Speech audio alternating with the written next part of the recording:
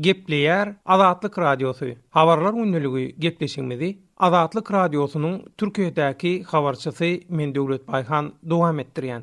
Bodrumda ýene bir türkmen zenany ýaranlary bilen ten söwdasyna tutuldy.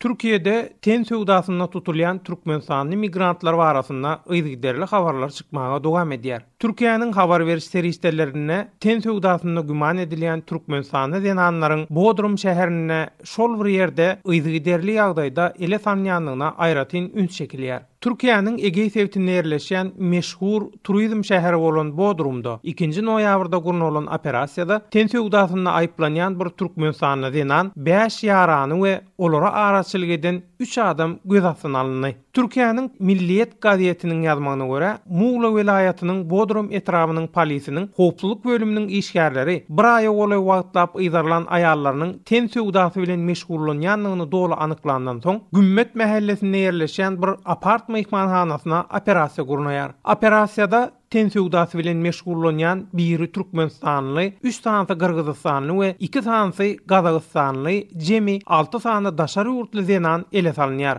Yerli çeşmeleriň beren maglumatyna polisiýaky işler tamamlanandan soň Muğla welaýatynyň migrasiýa gullugynyň ygtyýaryna tapşyryljak daşary ýurtly zenanlaryň öz ýurtlaryna deportasiýa ediljegi bildirilýär. Türkmen migrant zenan bilen Kyrgyzstanly we Gazagstanly ýaranlarynyň ten söwdasyny gurnamakda aýplanyp göz astyna alynan biri zenan Türk raýaty 3 adamyň bolsa KDT iýerlendigini ýytalýar. Howpsuzlyk çeşmeleri bolsa migrant zenanlaryň ten söwdasy bilen meşgullanmak üçin olary ýygyderli ýagdaýda Türkiýa iýerýän daşary ýurtdaky bir guramaçy zenan barasynda bolsa Interpoluň üstünden tutsaglyk kararynyň talap ediljekdigini aýdýar. Ýatlap geçsek Türk mediasynda çykan habarlarda mundan oňalym bir näçe gezek Bodrum şäheriniň Gümmet mahallesinde gurnulan operasiýalarda ten söwdasyna aýplanýan türkmen zenanlarynyň ýaranlary bilen bililikde tutsag edilendigi maglumat berilipdi. Türkiýanyň Milliýet gazeti Türk polisiniň 28 oktýabrda Bodrum şäheriniň Gümmet diýenlerindäki bir mehmanhana gurunan operasiýasyna ten söwdasyna güman edilýän türkmen sanly KS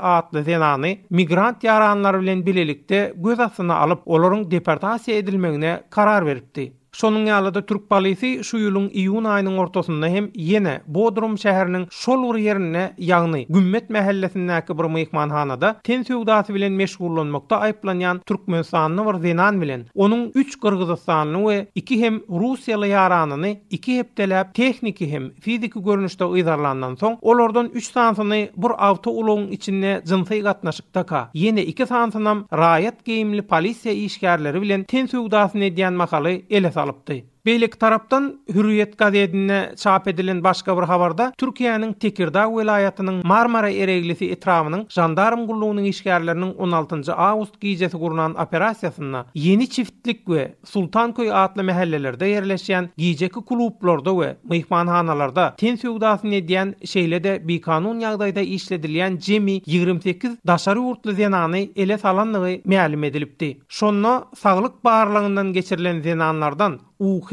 adly türkmen sanly raýatda spid keseline sebäp bolýan HIV virusynyň bardygy, türkmen sanly TP adly zenan bilen Özbegistanly DJ adly zenanna bolsa sifilis keseliniň bardygy metbuat beýannamasyna aýan edilipdi.